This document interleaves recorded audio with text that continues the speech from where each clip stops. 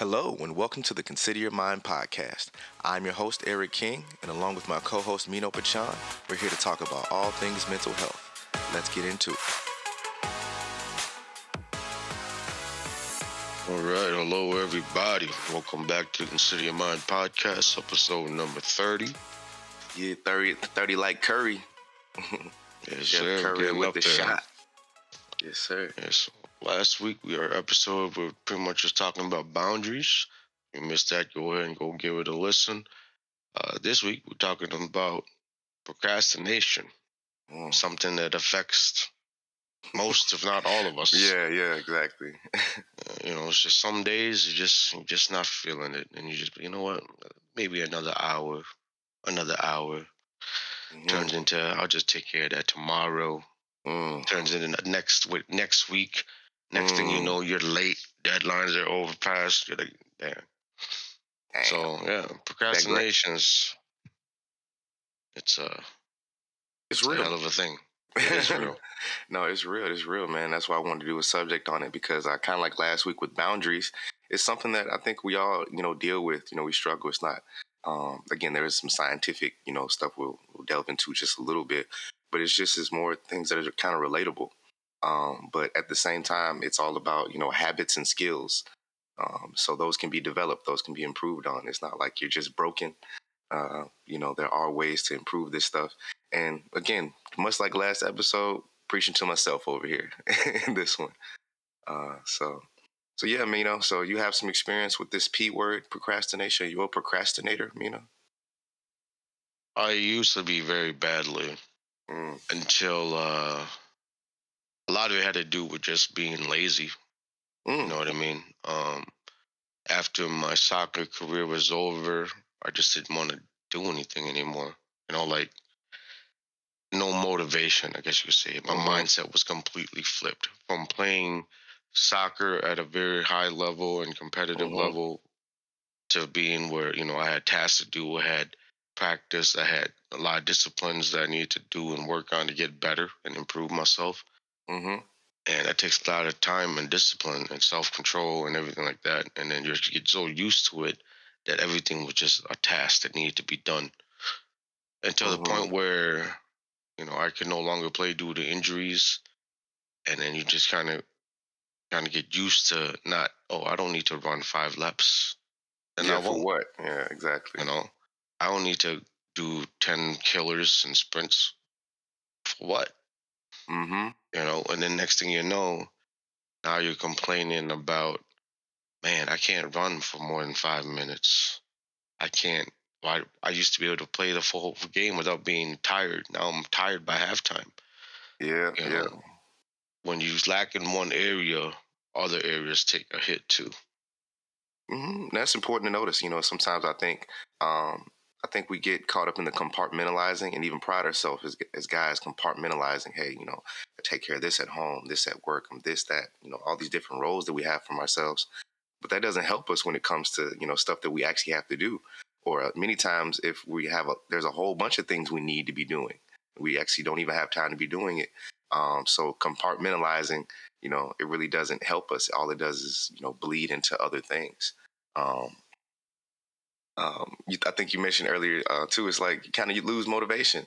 You lose motivation after a while. You don't have necessarily the structure that you had before. You don't have the youth or the energy. When we were younger, it was a lot easier just to get up and go. The soreness fades off, get right back at it. There's less inhibitors. Now, as I'm a little bit older, 34, I have my first child. Obviously that changes the dynamic, the time, the stress, that I have.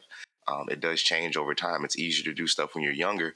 And as we get a little bit older, we start to feel guilty. There's that guilt. Well, I should be able to do this. All right, man, when I was younger, oh, man, look at me when I was like this. Look at that time. We find ourselves feeling guilty for the time that we've lost, for the things that we've procrastinated and didn't do. And then what procrastination really is about, it's not about the work itself. It's not about what we need to do. It's all about stress relief. Procrastination is like a very low form of just stress relief. And it's triggered, and it's a habit. One thing in my kind of research for this, the kind of expert on this is Mel Robbins. She has, books on, procrastination, the 5 second rule, the high five habit. She has a podcast that's big or whatever. So Mel, she talks about you're not a procrastinator. You have a habit of procrastination. See, and those are two different mindsets. So, like, as we kind of go on into this episode, we have to have the mindset that you're not a procrastinator. I'm not a procrastinator. We just have a habit of procrastination. And that's really, it lends itself to what are we really trying to do? Relieve stress. And, anytime there's a habit, anytime, we get into a habit or a pattern of behavior, it's triggered by something. Number one, the trigger is always stress. So, like you said, after soccer was your thing, what I'm saying, procrastinating, kind of put you in that mode. I remember in college, this is when it got really bad for me. Once I stopped really wanting to be in college, you kind of lose that initial inertia, that motivation, that, freshman exuberance, the sophomore. Okay, I kind of got, by the time the end of my sophomore, halfway through school, I didn't even really want to be there anymore. Like, I was like, dang, socially, this is what I thought it was going to be. Academically, it just really wasn't hitting for me. But you're still there. You still got this obligation. Can't quit now. I'm like halfway through. And so how And did I that's do? Hmm? and I was just gonna say, and that goes into, again, when you do things, whether it's gonna be for your career or just a hobby, or whatever it is you're trying to do. That's why it's so important that you do it for yourself, not Mm-hmm. because a bunch of people are doing it, because it's the thing that's in right now. So everyone flocks to it, and the next thing Mm-hmm. you know, you're not really into it, and it was a waste of time, maybe a Mm-hmm. waste of money as well, because it's not what you really want to do. And a Mm-hmm. lot of people want to do what their friends are doing, even if they're not really interested. They just want to be a part of something. Mm-hmm. And at the end, in the long run, you end up burning yourself because you wasted all that time on something you don't love or enjoy doing at all. Yeah. And you're worried about what other people think. And then I guess that in itself is procrastinating on the things you want to do.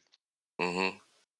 Yeah. And for me, obviously there was pressure, seriously, to go to school, to go to college afterwards. My mother is a professor, a college professor. So was raised on a campus, basically. It was just seemed something I was naturally going to do.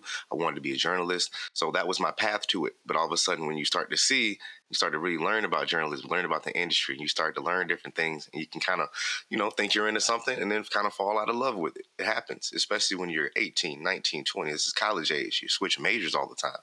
And Hmm. so one of the ways that, I was, I would even say, like, one of the reasons, fast forward a couple years later, I go to grad school. Why? Not necessarily because I wanted to right away. I was sick of school. However, we was in a recession. That pressure from parents and everything like that to say, hey, why not? And kind of same way, midway through it, you lose motivation, and then I kind of fall into those bad habits of procrastination. So there's the habits are triggered always number one by stress, and then you have a pattern that you go into, a pattern of avoidance. It's easy for me, again, my passive aggressive, number 9 Enneagram peacemaker self, much easier for me to be passive aggressive. And then the reward, I'm sorry, so to be avoidant and passive aggressive of things. All of a sudden, when there's a paper to be done, my room gets clean. I think when I was looking at, lady doing the research for this, Mel Robbins, she has a video where she talks about the lady about procrastination, making a video telling people, I'm procrastinating right now. I have a manuscript due. I have this new book, for you all. That's going to be great. It's going to be awesome. But guess what I'm doing? She opens up her refrigerator, and she had taken out all the shelves in the refrigerator to clean it out. It was manually cleaning the shelves instead Yeah, of that's doing what and I was like, wow, man, that's real. That's very transparent of her. She's the expert in procrastination and helping others, and she's literally live dealing, with it. And I thought that was like, you know what, that's too real right there. you know? and it's not necessarily a bad thing. I mean, it's a nice way to Mm-hmm. escape and distract yourself from the stress that you're currently Mm-hmm. going through. But Mm-hmm. when it becomes a bad thing and a bad habit is when it's affecting your daily life to the point Mm-hmm. where things need to get done. You stop taking care of yourself and the things you need, and that takes a hit. And there's no one really to blame but yourself. Thus, in Mm-hmm. return, your mental health suffers, your mood suffers. Mm-hmm. It's all connected. Mm-hmm. So No, Yeah. yeah, absolutely. And that whole forgiving yourself piece of it is so important. She mentions that where you have to forgive yourself to recognize that you've gotten in a cycle so you can get out of it. She has a book. I haven't read it, so it's not a book review, but she has one called the 5 second rule, and the high five habits. But she basically talks about when we hit that stress, when there's that trigger of stress, to be conscious of it, to really take that 5 seconds, breathe 1, 2, 3, 4, 5. And then she says after that, the key is to just start the inertia. So work for 5 minutes for whatever it is you commit to working on, whether it be, your website, your business, manuscript, whatever you got going on that you're supposed to be working on. Work on it for 5 minutes. And he said, like science tells us that 80% of the people, 80% of you who start working for that 5 minutes will keep working. But Yeah. it's all about getting that inertia. It's all about actually getting started. One of the best pieces of advice that I got and helped start this podcast was, where you start is where you start. The important thing is that you start. And that goes a long ways too, because for me, when I started working out, everyone's, they get excited initially the first couple Hmm. weeks, then the body's sore. They're like, New body, oh, new me. Yeah, new and body, then new year, new me. and the next thing you know, it's like you don't go anymore. You stop and you procrastinate. You're like, oh, my body's sore. I'm gonna give it another day or two of rest. Oh, it still hurts. I'm still gonna continue to rest. And you find Hmm. yourself, you know, holding out. And once you get going, once you start working out and everything, once you see everything, you start seeing the progress. It's hard to stop because Hmm. now it's just like you said, you work that for the 5 minutes, and working out takes a little bit longer, but eventually you get into the habit and you Hmm. build those habits and you just go. And for me, I know once I get up in the morning and once I get moving, it's hard for me to just sit back down right away and relax. I gotta get Hmm. going. I gotta get my body moving. I'm up. Let's Hmm. go. Let's go get something. Get something done. So that's a pretty good concept to think about too. For work for Hmm. 5 minutes, that'll get you rolling. Kind of like Hmm. just get the ball rolling and see where it Absolutely. goes. Absolutely. Showing up to the gym, taking the time to actually show up. Once you get there, you're gonna work out. You're gonna do something. You know. Yeah, that's why Uh, you're there. yeah, you're gonna do something while you're there, man. Even if it's a rough day at the gym, you're on your phone or whatever. Dang it, you made it there. And so, it's about again forgiving yourself and getting over that guilt. For not, doing as much as you could, for not, you know, for putting certain things off. And as you said, this starts to have negative consequences.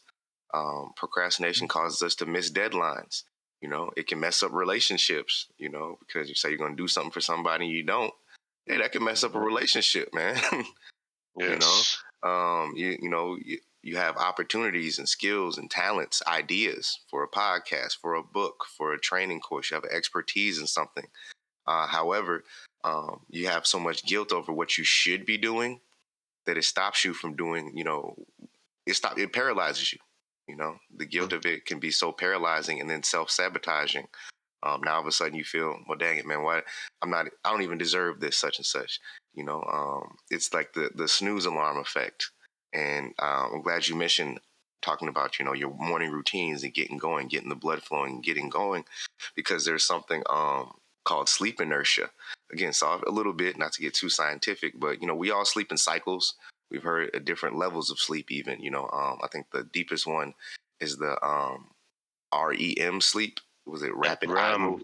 Yeah, that REM. You know what I'm saying? That REM sleep, that rapid eye movement sleep. So that you're, I guess you're in that deep inception dream type stuff.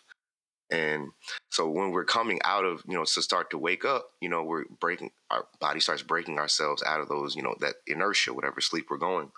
And so what happens if when we start hitting that snooze button, you know, that messes up, it gets us back in, back into that, pattern of sleep instead of getting us back into, waking, instead of getting us into a pattern of waking up, activating ourselves, getting motivated to take advantage of those most productive hours of the day, which they say like the first 2-3 hours you're up. you know, that snooze button, that alarm, man, gets us back into that. It never gets that inertia going. It cuts off that inertia, for us to wake up, for it to get our day going. And so I felt so guilty because I was like, that's so true. I'm the sleep, snooze master, the, Mhm. the, the, the snooze alarm king, man. It's And crazy. I remember that because it's always been, especially during high school. For me, it's like just 5 more minutes. 5 more minutes. 5 more minutes. Exactly. And it's crazy because you think at 5 minutes, you just getting more tired because it's just, it feels Mm-hmm. like 1 second. Mm-hmm. And I think, and again, it's psychological because this is about stress relief. We do get some reward. We're stressed out. We don't want to necessarily get up to go to school, to maybe we got an assignment due. We got a group project. We got a teacher we don't like. Whatever it is, we got this stress as we get older. You know what? I got to make these phone calls for this job to get these sales. I got to go ahead and deal with this. My in-laws, I got this holiday coming up, and we got all these things that we're got stressing over, and we don't really, we're doing little micro reliefs, little micro pieces of activity to go ahead and release that pressure. However, it's not necessarily getting us to, the desired result.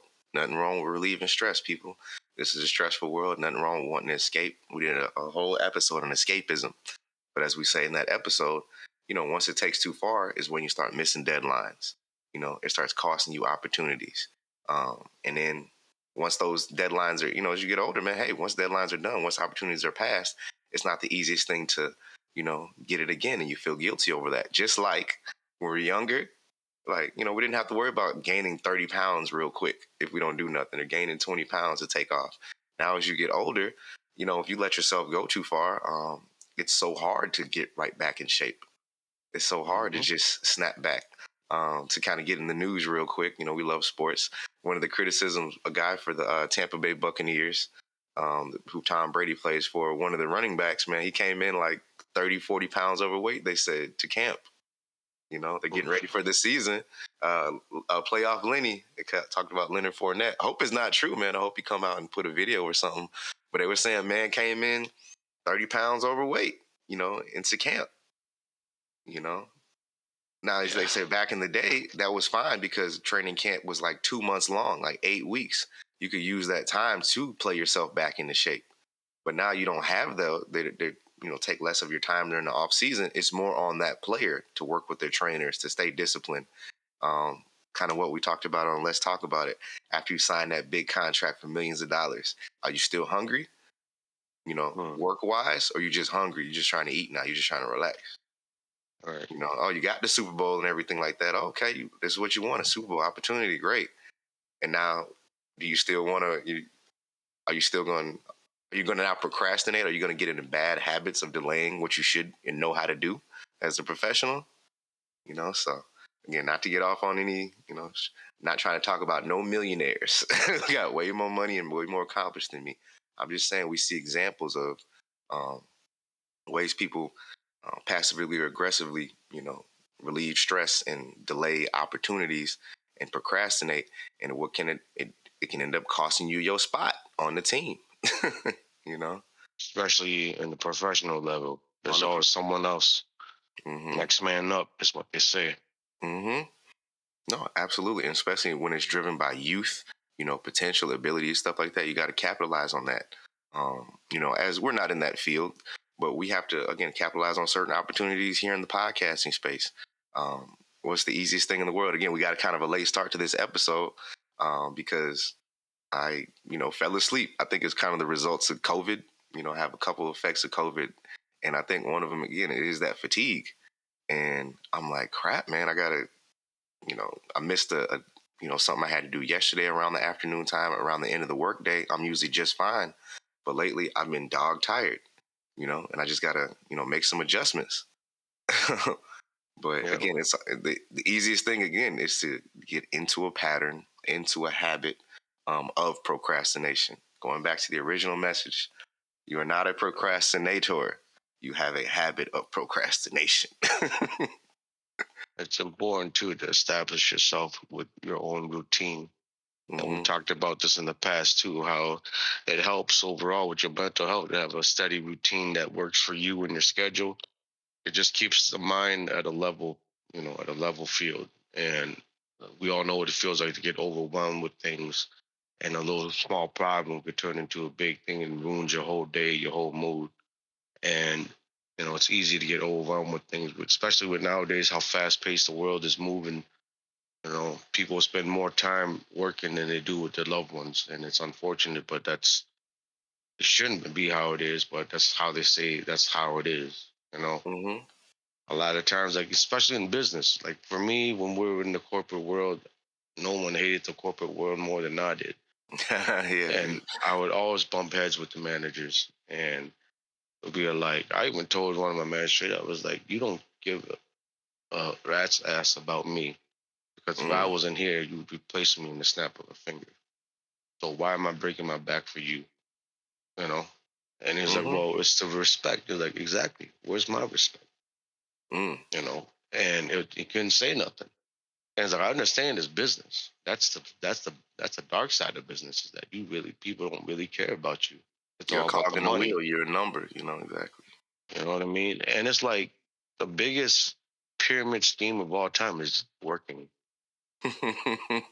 Man, yeah, You what know what they I'm call a saying? job, job, just over broke. And it's crazy because you think about it, like a regular company you go work for, they make millions of dollars. And yet they pay you minimum wage. Back at our time when it was minimum wage, like $6, Yeah, right? five something and five Yeah, 55 way back then, something like between that. $5 and $7 an hour, right? Mm-hmm. Minimum wage. And you expect me to work full time for you, 40 hours a week for you, doing more work than what you do daily, and you're paying me scraps. I understand you're probably saying, oh, that's because you have to earn it. This person earned it. Okay, cool. But what does that have to do with you treating me like I'm below, Mm-hmm. like I'm some type of low life? People expect people to make a living now, even minimum wage now, 10, Mm-hmm. $12 an hour. How much is rent? Let's just say for a single bedroom, depending on where you live, obviously. But on average, here in Minnesota, a single bedroom will cost you between $900 and $1,300. Mm-hmm. That's how much Yeah, you get a check 900. Yeah, for real. before taxes on average. Before taxes, that's how much you get a month before Mm-hmm. taxes, or even just a check. I'm sorry, a check if you make decent money, right? And that's just before taxes. So after you take taxes, you get a $1,200 check after taxes. That ends up being $800. That's Yeah, less than your rent. 850. That's not Mm-hmm. counting your gas, your food, your other bills, medical, all that stuff. You take all that away. Okay, cool. Now let's say you spend 200 a week on gas, but with gas prices now, it's like what? Might as well just take my whole check. You know, And some people don't have the luxury of working 5 minutes away. man, that My commuter mom, time. my mom works in a town that's okay. We live in South Metro. She works in North Metro. She works Oh, in damn. yep. So it's towards if you remember, it's towards Brooklyn Park. Mm-hmm. We Yeah, live in Apple Valley, the whole which is other south. side of the city. Oh Yeah. yeah, exactly. And she has to travel there 4, 5 days a week plus overtime. That's just a little 10 hours a day, and she's Mm-hmm. getting ready to retire. And her retirement money is still not enough. See, yo, man, You especially saying what I'm saying? finances. Finances are such a stress. One of the little videos I was watching with Mel Robinson, lady just, in the crowd yells out like, like what's your one of the biggest stress? And she started talking about, not having enough money for retirement. As an older lady, and not having what she needs to. And again, when you can see it, you see what's going on. And the main thing about this procrastination is it doesn't come from a fact of not knowing. Fact is, you do know, what you need to do, not need to do, what you're in trouble with, all these areas, but it's the feeling like you can't do anything about it. And then, that guilt over that, feeling bad, not forgiving yourself for maybe what you didn't know, making mistakes, and then repeating that cycle, to relieve that stress of the guilt. And so you go into a pattern of avoidance, you know? So again, it's an unhealthy thing, but finances in particular, it's the number one stressor. I think in divorces, they say that's the number one reason, people get divorced. Um, it's the number one reason, a lot of times for stress, relationship issues. If you're not getting paid on the job what you think you should be or not treated right, particularly if you're a younger person, when you don't have the experience, you do feel like they're trying to sun you, saying you got to earn everything. And after a while, if you don't believe those people have your best interest at heart, what you gonna do? How's that gonna manifest itself on the job? Are you gonna do the best job you can? You know, are you really going to be excited to face that anxiety? And what we did, you know, we were in sales face to face with people, rolling up on people. You Yeah, know, it was like, man, like I, that's it, stressful, actually. it's crazy to think what we had to do, and this was banking, folks. We're the Yeah, yeah, banks inside the grocery store where that was our customer base. Whoever literally walked inside the grocery store, the chance of you talking to one of us, whether you want to or not, was 100%. that part, whether you want to or not. Yeah, and it's not a no disrespect and try to get up on your business, but we had to find ways. That's the part of sales. You gotta be creative. You Hmm. get $50 opening a checking account. Oh, how I do that? Got you. Hmm. Open up an account, get direct deposit. Now you're linked. Because it's a Hmm. hassle to change bank accounts. Hmm. Everything is there. Your savings, your debit, your credit, your online banking logins, all that. It's all in the bank. You, I And we know how stressful it is to switch your bank accounts. exactly, Gotta, we gotta gotta. call all your bills, change all those numbers, get rid of all your old checkbooks if you remember having checkbooks. Hmm. You gotta transfer all of that. Then you gotta think about all the other automatic payments you have to get those switched over to the new card. It's Man, I'm all of getting that. stressed. I'm getting stressed just hearing about it myself. This is what we're asking people to do. You see, and when you stop even Well, believing it, it wasn't like we worked for the greatest company either, the greatest bank. It oh doesn't even no. exist anymore. And Yeah. so for you to have to really put on and like be excited for something that you really know isn't that great, but it's your job. And how many of us have to do that, man? Not everybody's working our dream jobs out here. And we're talking about stuff that we had to do in our younger 20s. Um, but again, the stress of that and what are we doing to, deal with it? Are we handling it in a healthy way? Most of the time, not. You know, Mhm. instead of being excited to go to, well, we had this thing we had to sell to clear coverage. Basically, it was this thing where Oh when people God. overdrafted their account. So when we counted on people having bad habits, not knowing how to balance their accounts. And so that when they overdrafted, they pay a monthly fee so the overdraft fees are less. That's it. Yes.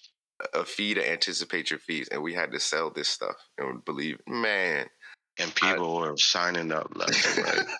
and we're like, man, this is a terrible product. But again, we have to make it happen. You have to hit goals. You have to hit your sales goals. You have to, Yes. do what you think, do what you've been told is the right thing to do. Even on the inside, you may have this conflict. There's a disconnect between what you're doing and what you really believe in. And so there's so many people out there that are stuck in jobs they don't like because of debts they've accumulated to consume things to relieve stress. It's It's this cycle. It really and you is. just thinking about it, man. Like me personally, I really hate sales. I hate Mm. it with a passion. And that's But wild coming from me, the thing the is that sales guy. even though I hate sales with a passion, I love building relationships. Hmm. That's where it differs from me because it's like I'm not.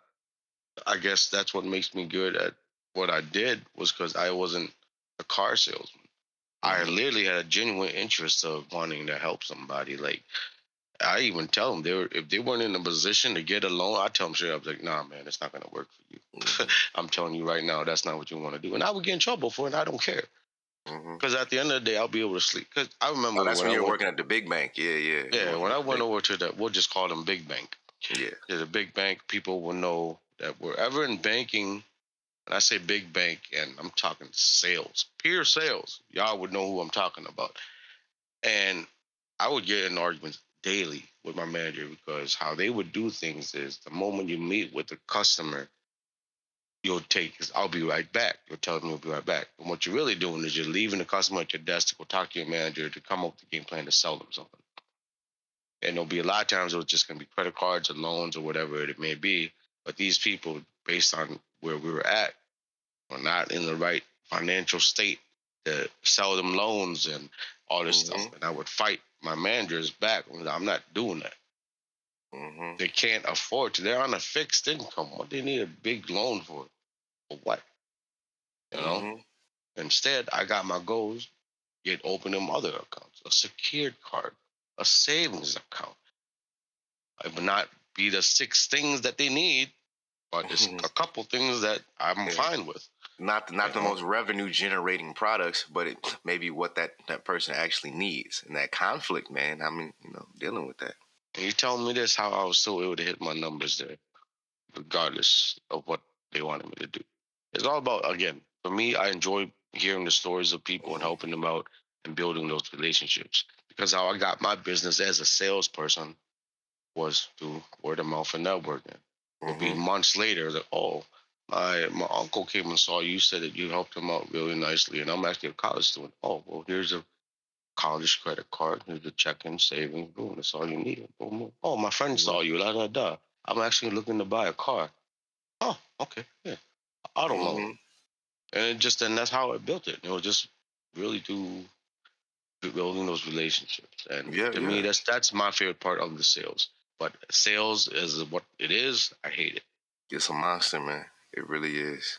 But here's the thing too. It's one of the more lucrative fields. You can make a lot of money doing sales. Oh My yeah. pops is a Oh, salesman, and so that's the reason you do it too. You got things to support, family support. I think at that time, it's great money. you I know, mean, if you're a salesperson and you enjoy talking to people and meeting new people on the daily, um, I sound like a salesman right now. But yeah, you're great at it, but man. if you do enjoy that, if you Hmm. get yourself with the right company that and you work with the right people, that's the main thing. You work with the right people, you enjoy it, and yes, Hmm. it'll all be worth it. But if you hate Hmm. it, it's gonna really suck. I'll tell you that. Hmm. Like you don't even want to do nothing. No, You'll for do the real. bare minimum Yeah, just to get by. exactly. Procrastinating, getting into bad habits, avoidance, all Hmm. these things again to relieve the stress that you maybe not be happy, at that place. One quote on our website, Mel Robbins' website, I really like. I mean, she's kind of talking about herself, but I relate to it because we're harder on ourselves than anybody. We beat ourselves up, getting the guilt, man. So she says, I made life harder than it needed to be. For decades, I trash talked and shamed myself. I let perfectionism, anxiety, people pleasing, and other self sabotaging habits take over until I hardly recognized myself. If you saw me, you'd say I was a positive and cheerful. I was positive and cheerful, but inside I was relentlessly beating myself up and frustrated that life never went my way. Oh, that sounded like me during those days. Bro, I'm trying to and we go through these times, man. And again, I think going back to it, we're not procrastinators. We have a bad habit of procrastination. And again, we get into habits of again trash talking ourselves, beating ourselves up, getting to perfectionism, and over analyzing things. I guess this will be the last part to address before we wrap it up. Is there's different. People are different, and we all have tendencies towards certain things. Certain people Hmm. have a tendency towards analyzing, thinking, analysis. Some people have a tendency towards action, doing. And if you're an analytical person like myself, I'm a thinker. I do, I have impulsive moments, don't get me wrong. But for the most part, I think, I replay situations, conversations, things back in my head. I'm big over words. Um, and so, it gives me to the pattern, it lends me to the pattern or the habit of avoidance and the habit of procrastination because I'm already a thinker. I'm already in my head enough as it is. And so it's just something that, again, these are habits and skills that can be developed over time. It's not, a permanent state. This isn't a condition. This isn't something you're born with, like, cerebral palsy or, um, autism spectrum disorder or anything like that. No, it's just literally, and again, down to how we're trained to wake up in the morning to, again, our personality type towards maybe over analyzing or being an analytical person. It tends to lend us towards being less productive than we should be.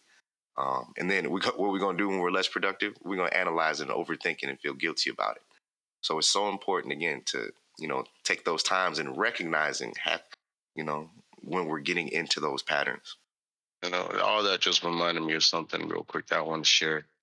So my cousin Lay, as you know, we call Yeah, her Laser. Laser, my former roommate. Yeah. His brother, call him Fatty. It's Fatty. not a, it's not a diss on him. That's just literally That's what just his what they name call him. translates Yeah. to. Fatty. He's a big dude. Not that big, but And I love that guy. But oh man. there was a time where procrastination at its finest. If Lay hears this, he'll know exactly what I'm talking about. This is when they lived in Champlin, and I would go over there almost every day because I lived in Brooklyn Park at the time. We just hang out. And in their basement, they share this open space in the basement. And there's this rug that his brother, I guess, picked up and threw on the couch to vacuum the floor, right? Mm-hmm. Vacuum the floor, I believe. And after he got done, he's put the vacuum away, but doesn't put the rug back down. And I remember they saying, Patty, you put the rug on the couch and put it back. He's like, yeah, I will. I'll get to it. And we're just going about our day hanging out. I come over the next day and the rug is still on the couch. Mm-hmm. Later on that day, we all go out, we do whatever, we come back, and he's downstairs on his computer. And they go, Patty, Bruh. why don't you put the rug back on the couch? It's You almost 2 days later. You And can it's see like, it. yeah. And it was just funny because he kept saying, I'll do it. And we've all been there. Like when your parents say, clean your room, like, I'll get to it. But it doesn't ever get done. Mm-hmm. And it was just funny because that's like literally what procrastination is. Mm-hmm. Like, I'll do it later. And it just never gets done. No. Again, and keep hitting that snooze alarm. And then Lay finally goes, forget it. He grabs the thing and goes, whop, on the ground. Done. That's all you had to do. I'm like, oh my God. No, yeah, it's little things, man. It just shows up like that. And I think one of the funnier TikToks I saw was it was like it was one of those motivational speech ones in the they have the voiceover in the background and you see the actual person they're doing it. He's like, when you get your laundry, you'll be more motivated to fold your clothes if you put you empty out the basket on your bed. When you get your laundry, empty out the basket on your bed, so you'll be more motivated to fold your laundry, so you'll be able to have to use your bed. And then it says me. He's like, somebody has a whole side of the bed. It's like just now for their clothes. They just sleep right next to the clothes. You see in the comment section, man, my clothes have a whole side of the bed now. I was like, bro, that's too real. Man. Because we get ourselves, hyped up. Man, I'm not gonna procrastinate anymore. I'm gonna get at it. You know what? No drinking until I get this done. You know what I'm saying? Mm-hmm. I'm not gonna do this until that happens. I'm not leaving here until I'm gonna nail myself to this desk until I do. And that stuff is because at the end of the day, we're leaving you off with this. It's not about the work. Procrastination is not about the work that needs to be done. That's not this. It's really not about that. It's always about stress relief. We're stressed out over something, and this is our way of actually trying to alleviate that stress. And once again, not the G.I. Joe fallacy. Knowing is not necessarily half the battle, but dang, it is something. So I hope y'all got something out of this episode. For all my not my procrastinators, not my fellow procrastinators, my fellow people who have a habit of procrastination. We here supporting one another. We can get these things done. And yeah, man, I'm gonna be listening to this back for myself, man. Got to preach to myself. Got some things I need to do for the website. Consider your mind. It's expanding. It's growing. Let's talk about it. We got another podcast. We got things going on, people. And need to get productive. And just be patient with us. We're working on upping the social media. We're upping, working on getting our page up and running properly. Yeah. Facebook page as well for the community. There's a lot of things in the works. We're just taking our time with it. Again, this is a marathon, not a sprint, and we're here for the long haul. So yeah, stay tuned. Yeah, man. Appreciate y'all for tuning in for episode 30. Hey, we're already here, man. Now Steph Curry is officially a GOAT. I think of the number 30, I think of Steph Curry. So like 23 with Jordan. That's pretty cool. Yeah, man. So what's the mental health break of the day as we getting off these heavy subject to stress and procrastination? Let's avoid that. The question of the day here is going to be, in times of stress, all right, since we're talking about it before, what would be the top 3 things that relieves your stress? What do you do? Top 3 stress relievers. I guess my number one would probably be working out. That's like my number one. That's my best stress reliever. And I can honestly say it now because, I did lose, like 20 pounds, earlier in the year when I was going, after I found out I was about to have a son, the stress of that and, the relationship, how that ended with, the mother of my child. I had a lot of stuff going on. I was working through therapy. I had a lot of just stress, and it manifested in kind of anger and me distracting myself. And that really helped me get through it. Was again, got to get back in a better pattern of it, because after work I would just go to the gym. So I was going very consistently and just creating that pattern of taking my mind off of my certain situations. So that was definitely the most effective. Lost some weight and everything. So I can't knock the gym. I definitely tried it. It worked. Definitely does. Yes. And then number two, chicken wings. Chicken. Yes, I have a kind of a joke with with my with my therapist about feeling guilty about, like, I don't really cook like that, but I really love chicken wings, love food or whatever, and hitting the bar up, wing special, happy hour specials. I was always, I don't know, when I didn't have, that was kind of like a comfort for me. I would always know where all the happy hour specials, all the wing specials in the area, so it gave me, like, something to do. I had something to look forward to. It's as silly as it sounds. Um, when I get stressed, I feel guilty about something. Hey man, go get the chicken wings and just kick it, hang out real quick. It would just make me feel better. Not chicken wings are too expensive though, man. It mess up my stress Yeah, relief. It's like $2-3 a wing now, man. Like, dang. So yeah, it's getting up yeah, there. working out, chicken wings, maybe those two things are counterbalancing. And then, actually, again, me, man, my reality television. Oh man, Any reality television or sports thing, I get caught up into these people's worlds. 90 Day Fiance, Married at First Sight. You know, shows. it's the truth, man. I can't even lie, bro. I was just watching it yesterday. I don't know why I'm so invested in these people's lives. Again, not even saying, again, we went from the most healthy to the least healthy. Healthiest, working out. Second healthiest, chicken wings. Happy hour style. Yeah. Third, now we vegging out on bad reality television. So that's when when I get triggered by stress and I'm avoiding stuff, I go to those. Yeah, man. How Very about you? nice. For me, number one is definitely working out. Any type of workout, just playing sports or going to the gym, classic lifting weights, whatever it is, any physical activity, just to get your body moving and focus on something in the now, where your mind doesn't really have time to wander off, and you can just focus on what's going on right then and now. I focus on lifting this weights, do it properly so I don't get injured. Focus on my breathing while I'm running. Focus on basketball if I'm running as playing. well. Exactly, running. Yeah, That all of included that. in So that. yeah, so all that under the umbrella of working out. For me, that helped a lot with my mental health. On days I dealt with anxiety and everything, it really helped overall for me. Um, Number two, for me, a lot of people that meet me, they think I'm some intimidating dude until they get to know me. I'm really just a happy-go-lucky dude in general. Mm-hmm. And when I tell you, I watch shows that feel good shows, the kinds that pull on your heartstrings with the good old messages like the old school Full House. Touched by an angel? You were touched by an angel guy? Nothing like that. Like my shows I watch, like they feel good shows. So it's like Jamie Foxx, Martin, My Wife and Kids, Last Man Standing, King of the Hill, Friends, How I Met Your Mother, shows like that, where it's just comedy, some life lessons, some heartfelt moments and stuff like that.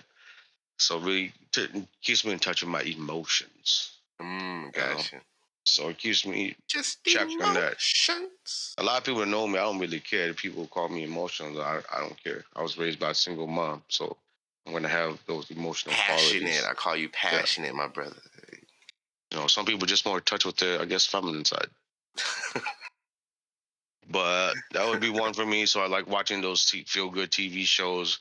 Just puts me in a better mood, and I can get escape for a little bit. And the third thing for me would literally, I play a lot of video games and music. I'll combine those together. Yeah, that's an honorable mention. Creating music and working on music, whether it's writing, coming up with melody, beats, recording, vocals, rapping, whatever it is musically that could take whatever I'm feeling and put it out there and sound and express how I feel.